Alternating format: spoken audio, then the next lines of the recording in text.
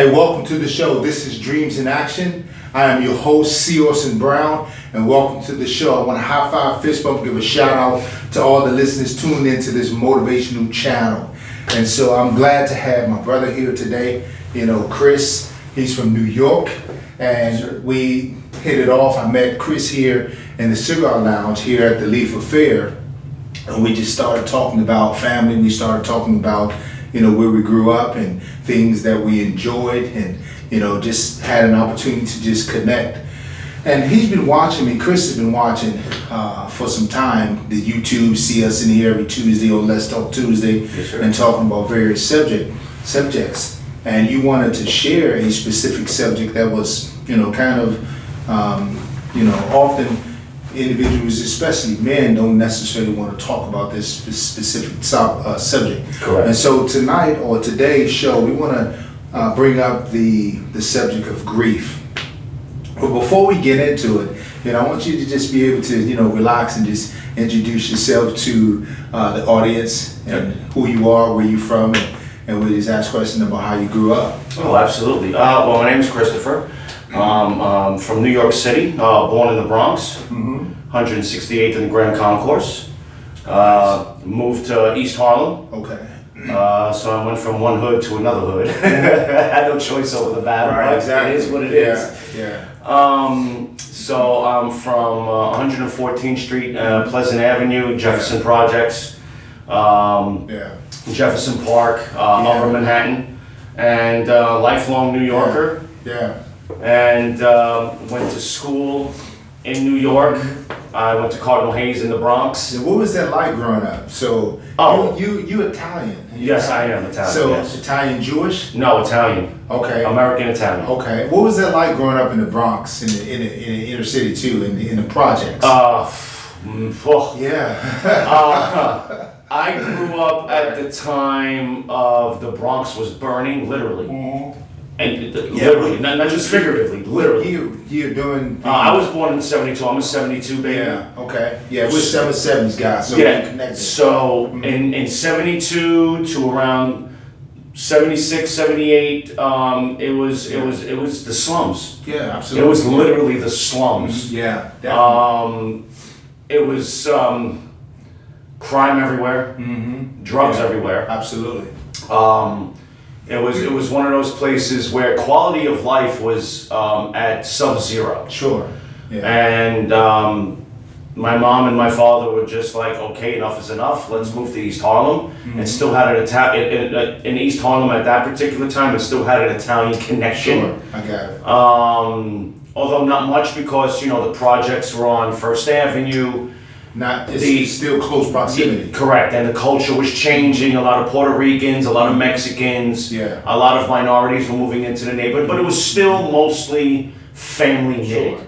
And that's where my family wanted to be. Gotcha. Again, I had no choice. Yeah. You got to go where you got to go when you're a kid. How old were you when you moved? I mean, you grew up in this area.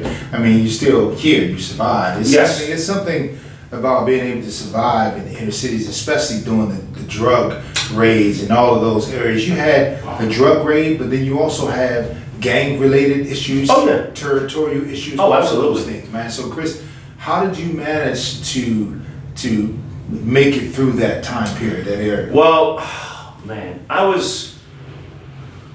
when I was a kid, I wasn't a fighter.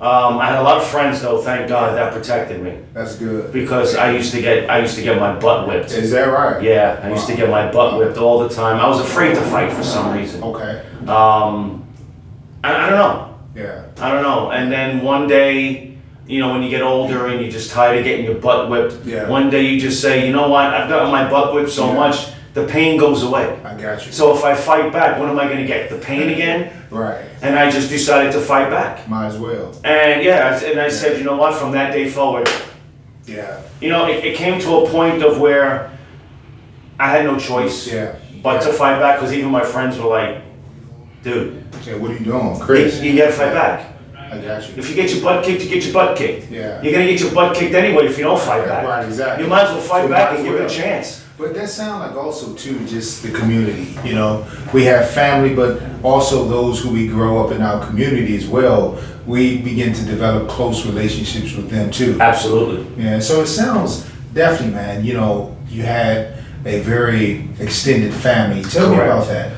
My extended family crosses cultures like you wouldn't believe. Where I come from is extremely multicultural. It's Black, African, Jamaican, Trinidadian, West Indian, Mexican, Ecuadorian, Dominican, Puerto Rican, Colombian, Cuban. You get the whole full gamut of. I used to go over. All my friends are across racial divides. Right. Yeah. So it's one of those. One night I'll eat Jamaican food at my friend's Jamaican house, mother's house, or the next night I'll eat Colombian, and or Puerto Rican, or it's a wonderful way to really open your mind to other cultures and other ways of living. Yeah, because every culture lives a bit different. Absolutely.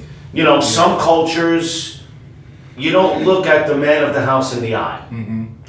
You learn these things as you go along. Absolutely. And not that you're trying to be disrespectful, but you just don't know. You don't. And you don't know what you don't know until somebody teaches you and trains you on, hey, that's how it works. Absolutely. Oh, I had no idea.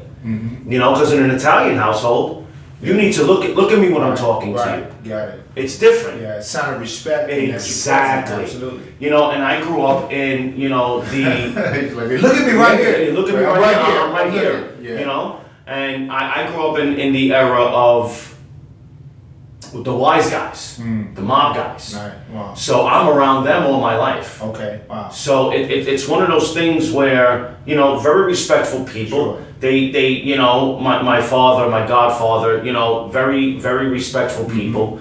But you're taught certain ways with certain things. I got it. Okay? It's all about, with mob guys, it's all about respect. Okay? They teach you how to respect. Listen, you may not like the person. Right.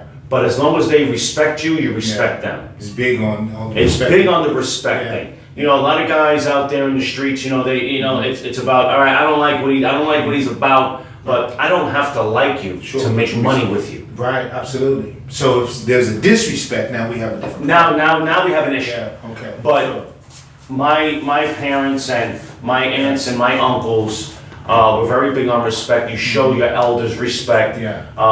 You don't have to be one of those types of people that just because you hang out with a certain crew, you treat people like they're second-class citizens. Yeah. You always treat a person with respect, even if you don't like the way they move. Right. Just still respect them. Yeah, because you always have the option to just turn around and walk away. Got it. Because once you cross that line, now you have to attend to the situation at hand. Absolutely. But you don't have to cross that line. Sure. There are times in life where somebody just may be so blatant where you have no choice but to step up to save your own self-respect. Gotcha. Okay. But other than that, you always have that option before that line to say, this person's not worth to it. do this. Nice to meet you. Yeah. Boom. And you walk the other way. Yeah, I can imagine. Yeah, absolutely. That's a choice. It's a choice. Yeah, I can imagine. What in terms of, you come from a big family and then you also experienced growing up the mob community and things like that. Very much so. What was it like when family and friends and others, got together for, let's say, events? Oh, it was. Bought food. Oh, birthdays. Weddings were 450 plus people. Sure. I mean, sure. I've gone to so many weddings in my life that you see people coming from all over the country that you didn't even know were family. Sure. This is your cousin on your uncle's side that they're in San Diego, they just flew in for the wedding, they're here for the week. Sure. And you're going, where have these people been? This is very celebratory. Oh, very celebratory. And, the weddings were just so large. Yeah, wow. So large. And it was a wonderful, my cousin sent me a video of her graduation 25, 30, 35 years ago. Yeah. And I saw my uncles and my mom, they were all passed. Yeah. And it just hit me. Yeah, sure. Yeah. And I'm like, cuz, where do you find these things? Yeah, sure. And my VHS probably. VHS recorder, my Uncle Zeke, my Uncle Joe, my Aunt Marie, who is still alive, God bless, 97, in a home in New York, God bless us, God bless her. My cousin Joanne, my cousin Frankie Sr., and just all the people that I grew up around 24 hours a day, 7 days a week, who were just a part of the fabric of my life. Absolutely. Great. So it's one of those things where you see them and you know they're no longer among us. Yeah. And you just go, and then you start thinking of memories. Yeah. And how you miss them. Yeah. And that you wish they were here. And that you wish you can talk to them one more time. And that you wish my Uncle Joe, my mother's brother, every Saturday we used to go shopping. Wow. At the Pathmark in Queens. And from a kid. And I used to bag groceries and make some extra money bagging groceries at the Pathmark when I was 9, 10, 11, 12 years old. Yeah. And those memories stick with you. Absolutely. Yeah. And it's part of who you, I don't want to say who you were, but it's who you are and who you become. Yeah, the family members, those memories stay with you for a lifetime. Yeah, we used to go to White Castle every Saturday for lunch, and get the little square burgers. And I used to stand at the window just watch them make it as a kid. The milkshake. Man, it was, and the fries and the curly fries and the burgers and the soda. And my Uncle Joey talking about life to me. Yeah. Did you make any money bagging groceries? Yeah, I made $10. All right, it's something's better than nothing. Yeah. But it's the life lesson. The littlest thing is a life lesson. Absolutely, man. Some great memories. I tried to pass that along to my kids, and my kids are grown. I did my job as a parent, but your job as a parent never ends. Never, it doesn't. So I could be 98 years old, and my son could be 60, and I still treat him like my son. Yeah. So. Well, speaking of weddings and also as well, the memories that you have, your family pulled up the videos that's from way back, 25, 30 years ago, where you get to reflect upon them and celebrating at weddings and all those things. So what was it like? Do you find yourself was like a romantic, saw yourself too one day, hey, that's going to be me in the wedding and the family is going to be there celebrating. Oh yeah, you have those. Sure. Yeah, I don't want to call them thoughts of grandeur, but they are thoughts of accomplishments. Sure.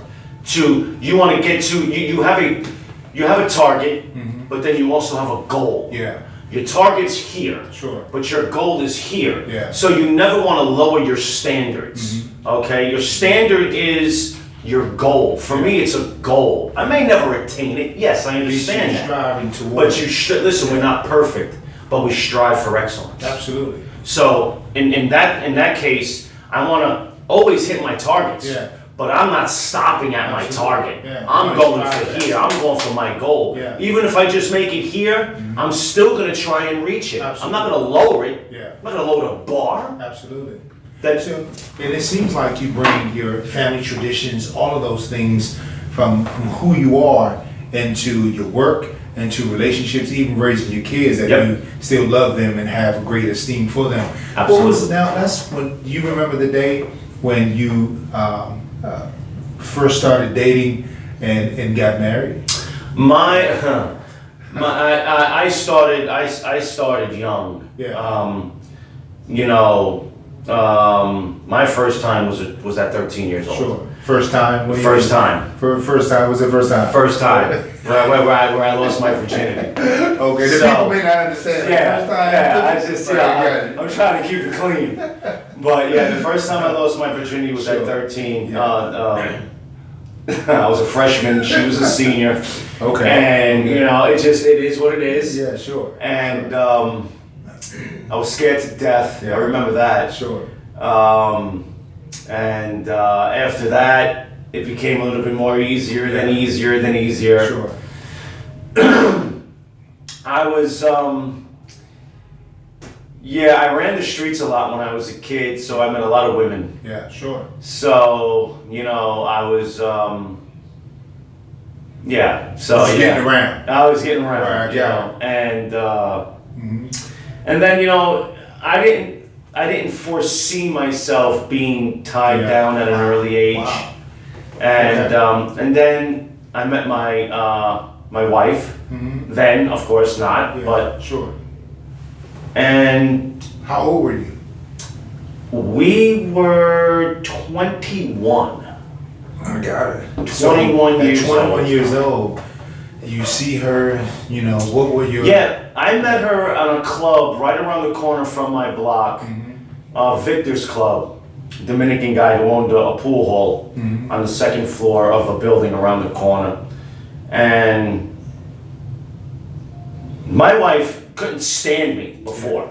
Is that right? Yeah, she couldn't stand me. She knew my sister and all that, and she couldn't stand me. And then all of a sudden we just started hooking up, and we met at the club, and we got together, and it just blossomed from there. And 6 months later... Yeah, I was going to ask, how long did it take? 6 months later, we were living together. Wow, okay. In the Bronx. Got you. So, Got you. yeah, that was an interesting time. So 6 months later, you knew, hey, I'm going to spend my life with her. Yeah, it was crazy. She was my first love. Yeah, wow. She was my first love. I literally fell in love with this woman. Wow. And what was about her? What was about her that made you say, wow, I want to spend the rest of my life with her? I don't know. She was very straightforward.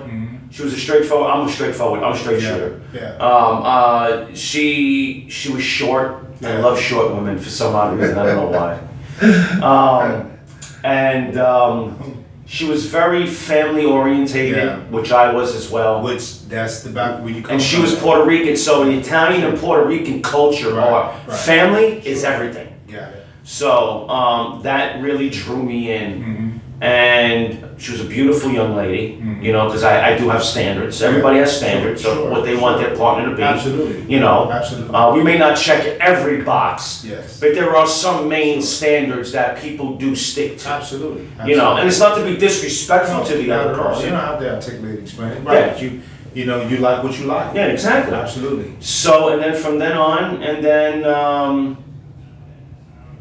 3 years later, she got pregnant. Wow. Okay. And at 24, I was a father. Wow. I brought in her daughter. She had a daughter, so my daughter she was 6 months old at the time I met her mother. Wow. So she's my daughter. Yeah. That's far. 6 months, the baby was 6 months. She already had a child 6 months. I mean, you took her in as I took her. It's a package deal. Absolutely. It's and it's funny because back then in those days, in the early 90s, getting out of the 80s, 92, still in the early 90s, it was more of a we type of situation when you meet somebody. And I know I'm going a little bit off topic, but today is one of those me. It's a very selfish world that we live in today. Sure. Back then when we were kids and dating then probably was different. It was in a sense. It was way different. It was more of a respect factor. Today, guys just want to hit it and forget it. Yeah. It's one of those, and the women are the same. Sure. Women just want to get in, get out. They don't want any ties. They don't want any commitments. They don't want to be stuck to one thing. It's very selfish. It's a me thing, not a we thing anymore. Sure. That's why this culture today is different. Yeah. They think differently. Their priorities. Yeah. They It's mostly a lot don't of have any priorities today, Yeah. which really concerns me. Yeah. Because you have to have priorities in your life. Absolutely. So as you reflect back and you think about the dating juxtaposed to now and then, you met her. What's your wife's name? Veronica. Veronica. So you met Veronica. She's beautiful. She's what you want. And Yes. You fall and you grow in love with her. You love her. Yes. So 3 years later, you'll have a child together. So what was that like? That was being with Veronica. you know, the love of your life. What was it like? Just oh, it was amazing. And you know, being an actual, not that I wasn't a father to her child. That's not the point. But producing one with your partner absolutely is a different feeling than bringing a child into a relationship. Yeah. Okay? Because I did not experience her birth. I get it. I experienced my son's birth. Absolutely. So it's a different world. Yeah, I understand. So, you know, I cried in the delivery room. Wow. You know, it was a wonderful feeling. It was jubilation. It was a proud moment. Yeah. You know, having a son too. I'm having a son. Yeah, I can. You know, I'm fathering a boy. Him and I'm having thoughts of. I can't wait till he starts to talk and all walk. kinds of stuff that we can bond together. It's gonna be bananas. Father and son. Oh, rolling around in the park, throwing the ball, playing football, going to ball games, everything. You know, and from that day on, my perspective really changed. Yeah. You know, my lifestyle did not. Okay. My perspective did, but my lifestyle didn't. Yeah. Did that form a deeper love for your wife even further? Cemented the love even further? Or yeah. It was one of those situations where I didn't know if I was coming or going. Okay. I was in a transition period in my life. As I said, my perspective changed, but my lifestyle did not. What was the lifestyle? My lifestyle was I was still running the streets. I was still not doing what I was supposed to be doing. Okay. And it was one of those things where I didn't know if I wanted what I wanted. Sure. Okay. And it was a tug of war. Yeah. I was struggling. I was like, one day I was good, one day I was here. One day I was there, one day I was here. Maybe I'll be in the middle one day, then I'll be over here. Yeah. I couldn't solidify my position. Yeah. Do you think there were some internal fears perhaps you were dealing with unconsciously? Probably. Yeah, of being a man, raising a family. Sure. Maybe I wasn't ready. I wasn't prepared. Sure. I'm not that guy. Right. You know what I mean? I'm not that guy syndrome. Sure. You know what I mean? Where you go, that's not me. I got you. You know, and it was really, you know, before I was married, I cheated on her. I got you. You know, more than once. And I just wasn't there. Yeah, I got you. And it came to a point where she found out, and you know, when you busted, it is what it is. You know, but you know you're doing wrong. Sure.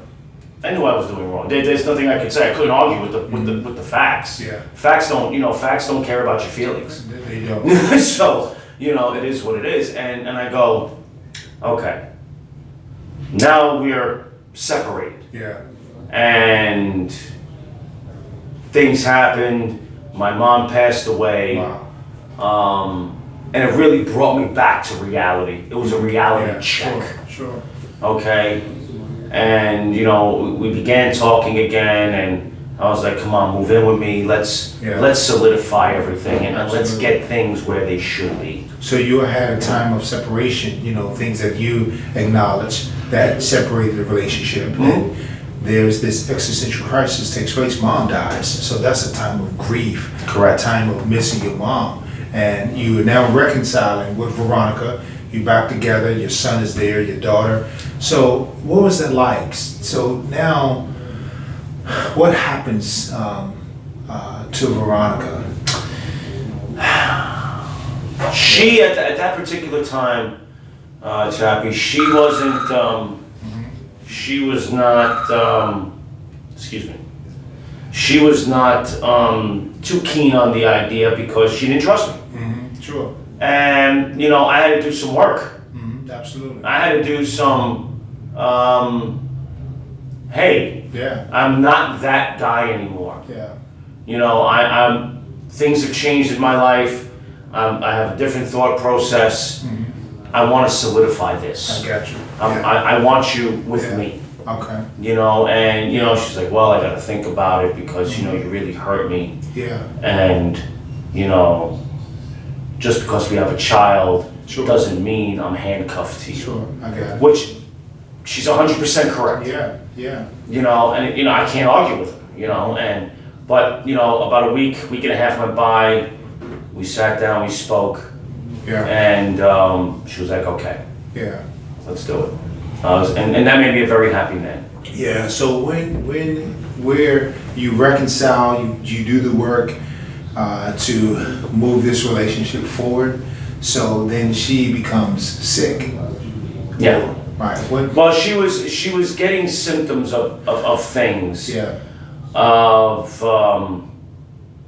just fatigue and you know gaining weight, which I didn't care, right? Because I loved her regardless of her weight, the down, weight, up, Sure, who gives a darn? When you love someone, you don't give a darn. So I said, okay. So we moved from New York to Florida. Yeah. After my mom died, about a year later, and she was getting better. The warmer climates, the better weather, better quality of life. Sure. It was much more relaxing. You know, she can do the woosah moment, you know? And we were in Florida for about a year, and then I found an opportunity out in Waco where my sister lived, and we came out there to Texas, to here in Texas. And I started working with the McLennan County Sheriff's Department, being the kitchen boss over at the county jail. And then I found a better job with U-Haul, being a GM and stuff. So we moved around, and when we were in, but before we moved to Houston, we were in Waco. And in Waco is where her and I got married. Yeah. We got married in Waco County. Wow. So McLennan County, excuse me. And from that day on, I never cheated on her. Once that ring was on my finger, I got you. that was it. Yeah, but in terms of let's again, you know, when we look at the grief, you know, when you were sharing with me, you know, what happened to your wife, that you became a widow. Oh yes. Yeah. So what happened with that? Well, that happened January 5th of 2022 will be 5 years. Okay. Wow. Yeah, the time just. Yeah. So you had been. How long were you all together? 24 years. So 24 years. So 24 years, wife together with her. I mean, just the love of your life. Oh yes. Have gone through the good, the bad, the ugly. Oh, it was. So what happened? Let's talk to me about what took place to put you in the place. Now you are a widow. What happened to your wife, Chris? What happened to her? She had plaque psoriasis. Some of the most severe cases doctors have ever seen. And that's specifically growth of skin over your skin. Sure. Where it restricts blood flow to your joints and everything. Yeah. And it was over 70% of her body. Wow. And she just that woman really she went through something that I would not wish on my worst enemy. Because you could see the progression. Yeah. Okay. And 2 days before she passed, she complained about shoulder pain. Yeah. Like her shoulders hurt. And so as a husband, what do? Your shoulders hurt, babe? Sure. I'm gonna massage your shoulders. Absolutely. You know, not knowing, I'm not a doctor, so not knowing that women have heart attacks differently than men. Sure. I didn't know.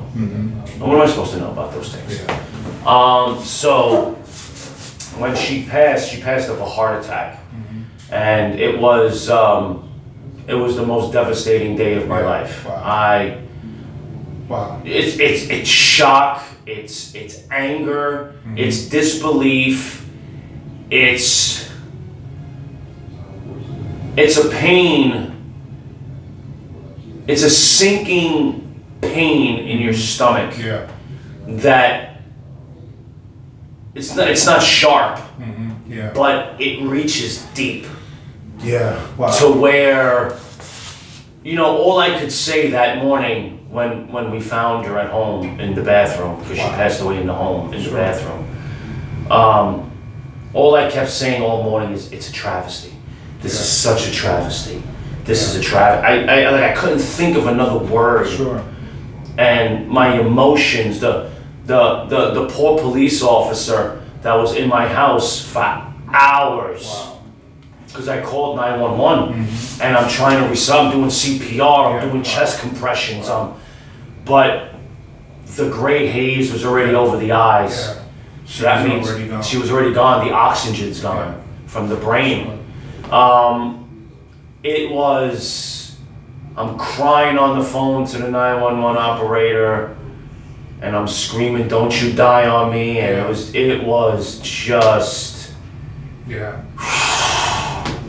man, that was a moment. Absolutely. That was a moment, man, that and my whole body just was numb. Yeah. There was no feeling in my fingers, in my feet, in my arms. I just felt nothing. Yeah. I was just like in a haze of disbelief, and I'm going, it's wow. Words can't even describe. I can't even. I'm starting to choke up over it. Like That's all right. it was real crazy. Yeah, It words got can't- real words can't crazy. describe it. You can't. There is Yeah, no description. Yeah, I felt you there, man, in that moment. There. Oh, dude, it I was. felt you there, Chris, in that moment. You're doing the CPR. I can envision it. I mean, you painted the picture. You're doing the CPR. You know, things that just feel like it's numb. You can't feel your hands, and you're repeating the same sentences over. It's like a shock, a disbelief. Is this really happening? It was, and my granddaughter was in my bed sleeping, Yeah, not even knowing her grandma's gone. yeah. So now I'm thinking about that, Sure. and I'm going. Yeah. I'm in grief mode. I'm not even in grief mode.